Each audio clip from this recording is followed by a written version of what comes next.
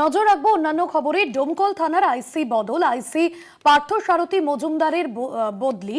নতুন আইসি হলেন খড়গ্রামের সিআই তপায় বিশ্বাস।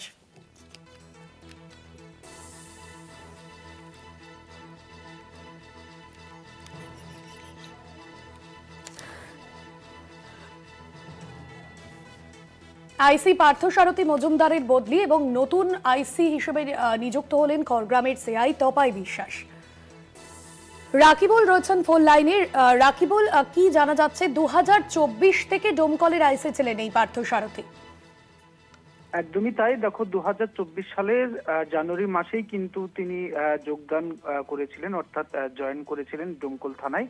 তারপর থেকেই কিন্তু 2000 যে লোকসভা নির্বাচন রয়েছিল 2024-এর, সেই লোকসভা নির্বাচনও করেছিলেন এবং টানা 2 বছরের কর্তব্যরত জীবনে এবং কর্মরত জীবনে তিনি কিন্তু বহু মানবিক কাজ করেছিলেন এবং বহু সামাজিক এবং মানবিক কাজে তাকে দেখা গিয়েছিল।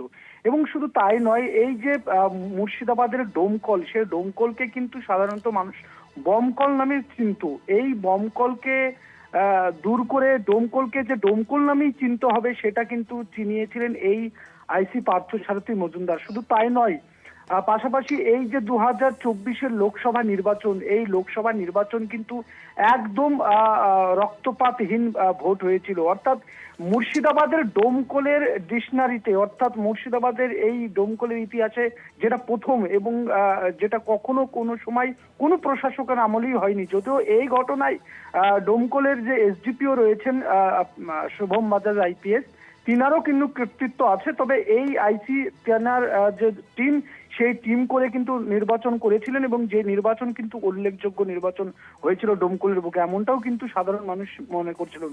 আর গতকালকে তিনার বদলির খবর শুনতেই কিন্তু সামাজিক মাধ্যমে সেই ছবি প্রকাশ্যে আসতেই কিন্তু ডোমকলের বুকে একটি শোক প্রকাশ, অর্থাৎ সাধারণ মানুষ কিন্তু দুঃসংবাদ বলে মনে করছে। একদমই ধন্যবাদ জানাবো রাকিবুল ইসলাম ছিলেন আমাদের প্রতিনিধি ফোন লাইনে।